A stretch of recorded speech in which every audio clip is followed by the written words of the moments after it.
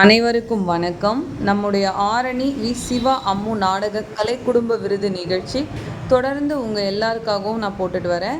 இப்போ நீங்கள் பார்க்குறவர் பார்த்தீங்கன்னா நம்ம குறும்பூர் ராஜேஸ்வரி நாடகமன்ற உரிமையாளர் திரு சுந்தரமூர்த்தி அப்பாவை தான் பார்க்குறீங்க. நம்ம ராஜேஸ்வரி கம்பெனி நடிகருங்களாம் அன்றைக்கி நம்ம விருது நிகழ்ச்சி அன்றைக்கி ரொம்ப லாங்கில் நாடகம் இருந்ததுனால அவங்களாம் நாடகத்துக்கு போயிட்டாங்க. சீக்கிரம் கிளம்பணுன்றதுனால நம்மளுடைய ஓனரும் சாமிநாதன் அண்ணா வந்திருந்தார். அப்புறம் இன்னொரு அண்ணா சிவா அண்ணா வந்திருந்தாங்க. இவங்க மட்டும் வந்திருந்தாங்க. ஏன்னா சீக்கிரம் கிளம்பணும், எல்லாரும் மறுபடியும் கூட்டிகிட்டு போக முடியாதுன்றதுக்காக அன்றைக்கி வந்திருந்தாங்க.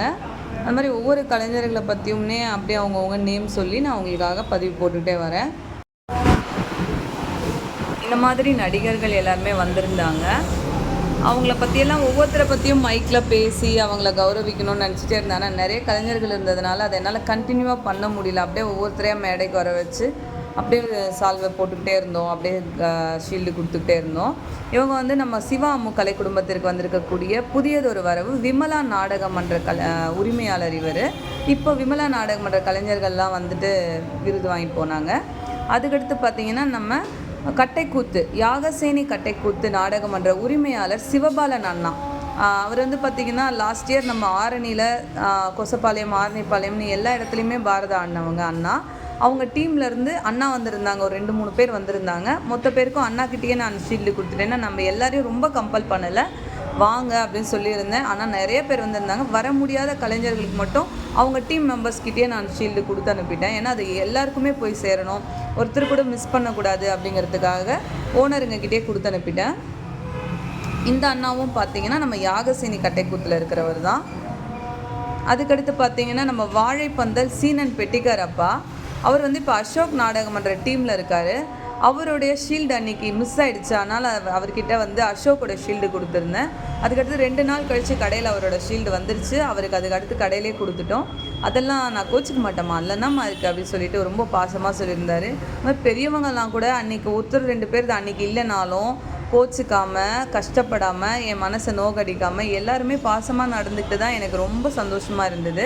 அப்புறம் நம்ம அசோக் நாடகமன்ற உரிமையாளர் என்னுடைய தாய் அசோக் அம்மா அவங்க இருக்காங்க.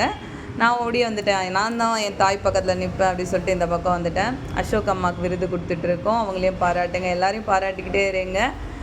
ஏன்னா நம்மளை நம்ம தான் பாராட்டிக்கணும், நம்ம கலைஞர்களை நம்ம தான் கௌரவிக்கணும். இவங்களும் நம்ம அசோக் நாடகமன்றத்தில் இருக்கிற பெண் வேடம் போடக்கூடிய கலைஞர் தான். அதுக்கடுத்து இவர் கதாநாயகன், நம்ம அசோக் நாடகமன்றத்தோடைய கதாநாயகன். இவங்களும் அசோக் நாடகமன்றத்தில் இந்த ஆண்டு பெண் வேஷம் போடக்கூடியவங்க. அதுக்கடுத்து அப்படி இப்போ நம்ம பக்கத்தில் என் கூட நின்றுட்டுருக்கவர் நம்ம குன்னத்தூர் வாசுதேவன் அண்ணா. எங்களுக்கு எல்லா வகையிலையும் சப்போர்ட்டாக, கலைஞர்களுக்கு நான் எந்த உதவி கேட்டாலும் எனக்கு நடிகர் சங்கத்துலேயும் சரி, தமிழ்நாடு இயலிசை நாடகமன்றத்துலேயும் சரி, எல்லாத்துலேயுமே எனக்கு ஒரு சப்போர்ட் பண்ணுவார். இவர் நம்ம அசோக் நாடகமன்றம் பெண்ணகர் முருகேசன் அண்ணா. அடுத்து இவங்க பார்த்திங்கன்னா நம்மளுடைய அருள் ஜோதி நாடகமன்ற கலைஞர்கள். அப்படியே அந்த அருள் ஜோதி நாடகமன்ற டீம் வந்திருக்காங்க. அவர் ஓனர், அந்த கம்பெனியோடைய உரிமையாளர் அண்ணாங்க. அவங்க நின்றுட்டுருக்காங்க. அதுக்கு அடுத்து பார்த்திங்கன்னா கலைஞர்கள் எல்லாருக்குமே கௌரவப்படுத்தியிருந்தோம். அவங்களும் கொஞ்சம் நேரம் அப்பாவை பற்றி மேடையில் பேசியிருந்தாங்க. அதாவது எல்லாராலையும் பேசுகிறதுக்கு டைம் இல்லை. அன்றைக்கி எல்லோரும் கொஞ்சம் வெளியே போனோம் அப்படின்றதுனால எங்களோட அந்த மீட்டிங் டைமே பார்த்திங்கன்னா 11 மணிலேருந்து ஒரு 3:30 வரைக்கும் மண்டபத்தில் நாங்கள் எல்லோரும் இருந்தோம். அந்த டைமுக்குள்ளே எங்களால் என்ன பண்ண முடியும், எவ்வளோ சந்தோஷமாக எல்லா கலைஞர்களையும் கௌரவிக்க முடியுமோ அந்தளவுக்கு செஞ்சுருந்தோம்.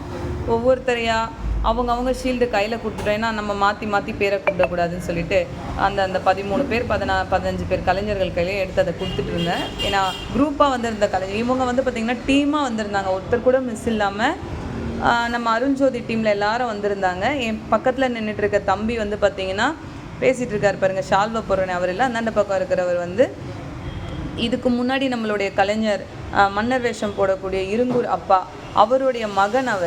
அவரும் இப்போ கலைஞனாக வந்துட்டார். முதல்ல மிருதங்கம் கலைஞராக வந்தார். இப்போ சகல கலா வல்லவனா எல்லாமே புராண கதையிலாகட்டும் கதாநாயகன் எல்லாமே பண்ணிகிட்ருக்காங்க. இந்த கலைஞரும் பார்த்திங்கன்னா நம்ம அருள் ஜோதி நாடகமன்ற நடிகர் தான். அப்புறம் அவங்க பக்கத்தில் நின்றுட்டுருக்கவங்க பெண் வேடம் போடக்கூடியவங்க, அவங்களும் அருள் ஜோதி நாடகமன்றத்தில் தான் இருக்காங்க.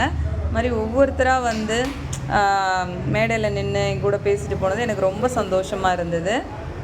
அப்புறம் இவங்கக்கிட்ட நான் மேடையிலே கேட்டிருப்பேன், நான் அக்கா தானே அழகாக தெரியணும், நீங்கள் என்னை விட அழகாக இருக்கீங்களே அப்படின்னு சொல்லிட்டு அவங்கக்கிட்ட பேசியிருந்தேன்.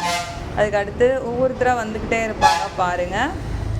நம்ம கலைஞர்கள் எல்லாருமே அந்த நேரத்தில் ஒரு சிலர் கீழே போயிட்டு சாப்பிட்டுட்டு இருப்பாங்க, ஒரு சிலர் மேடையில் நின்றுட்டு இருப்பாங்க. அந்த ஷீல்டு நாங்கள் கண்டுபிடிச்சி ஒவ்வொருத்தரும் அவங்க ஃபோட்டோவை பார்த்து எடுக்கிறதுங்காட்டி ரொம்ப கஷ்டமாயிருச்சு.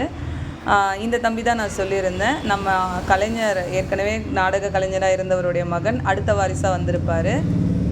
இவங்களும் பார்த்தீங்கன்னா கதாநாயகி ஆடுறவங்க. அப்படியே ஹோல் டீமாக என் கூட நின்று வீடியோ எடுத்துகிட்டு இருப்பாங்க. நம்ம எல்லா கலைஞர்களுக்கும் உங்களுடைய ஆசீர்வாதம் வேண்டும்.